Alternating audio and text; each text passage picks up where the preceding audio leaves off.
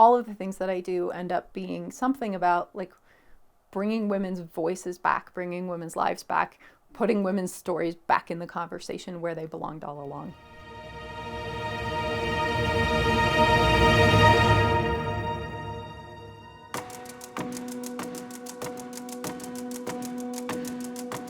It's ridiculous that you can go all the way through high school having heard of about 10 women in your history classes. My sister's a history professor, and we had been talking for quite a while about doing a project together, something about women's history, this overlap in our interests. And we had vaguely talked about the idea of a podcast, because at this point, podcasting is still in that phase of, do you know what a podcast is? And one of the options that Katie brought up was that she really wanted to do a podcast about the women who have been left out. All of the women you never heard of who should be in our history books but aren't. And I frankly thought that was a terrible idea. I know how hard it is to get people interested in women's history in the first place. And trying to sell a podcast about, hey, here's a podcast about a bunch of people you've never heard of, just seemed really difficult to me. And I was walking around Columbia Cemetery and I stumbled on this gravestone that just said mother. Didn't have a name, it had mother and then the dates. And the total erasure of this woman's identity really upset me for some reason at this point. And I've seen plenty of these graves before, but it really bothered me. And on the way out of the cemetery, I called Katie and said, all right, let's do it. We're doing it. We're reclaiming these women. And we spent the next 6 months really kind of refining, figuring out, what is this going to be? How is this going to work? What is this going to look like?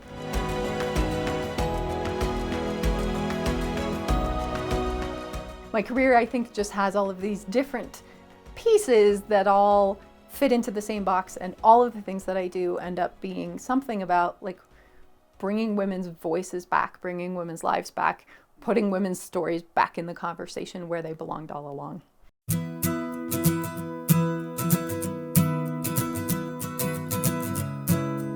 We release an episode every 2 weeks, and we alternate. So the format is that either Katie or I will do an interview with someone who is an expert on some woman who has been forgotten. Our tagline is Fascinating Women You've Never Heard Of.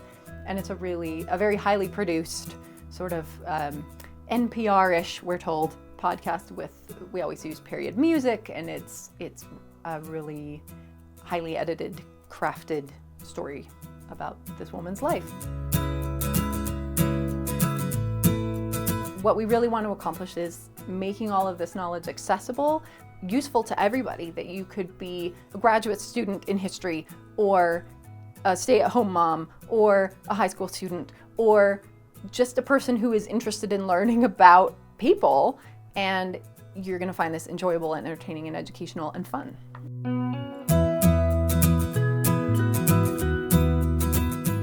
We knew going in, that's why we did the podcast, that there were so many women to talk about and so many women who've done these amazing things throughout history. We keep finding more, and we keep finding so many. We could make this podcast for the next 10,000 years and never run out of subjects.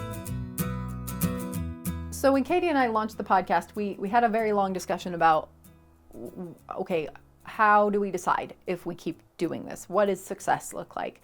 If we can get 50 people consistently listening to the podcast, that will be worth it, and we will keep doing it as long as like 50 people are listening. And I think we just hit 1.2 million downloads last week, so people are listening.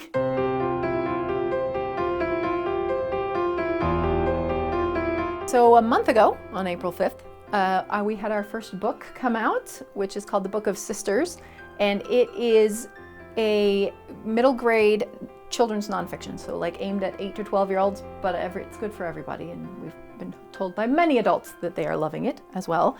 And we decided to take on this ridiculously ambitious and maybe impossible project of telling an entire history of the world through the stories of sisters.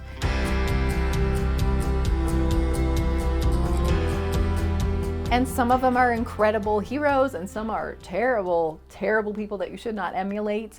Just, again, shaking that foundation of who gets to matter, who gets to be talked about, who gets to be seen as important in the story of the entire history of humanity. It's not just public history. It's not just national history where we need to put the women back. We need to put the women back in our own family histories and our own family stories that we often are tracing back our genealogy, and there's only men mentioned. We've been trained to believe that. We've been trained to dismiss the things that women do, the things that women are interested in, women's work, women's subjects as not very important and not as good and not as skillful. Women have always been doing things. There have never been a time when women weren't doing stuff. And the narrative that we've all been told of, well, it's not their fault, but women just weren't allowed to. But it's not true. They have always been doing it. Women have always been making art, always been making history, always been writing, always been ruling. Women have always been there, and it's just a matter of putting them back in the story where they belong.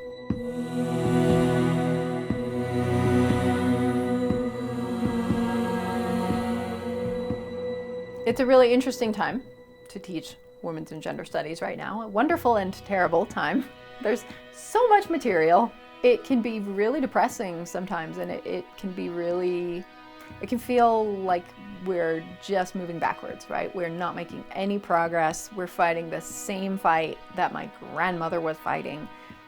But it's also really reassuring to see the places where we are making progress. Like the students that I'm teaching now, the Gen Z students, are remarkable. I mean, they're so much more aware, they're so much more informed. So I have a lot of hope that they can make a huge difference. And if we can just get them into the realms of power where decisions are made, we could fix a lot of things pretty quickly.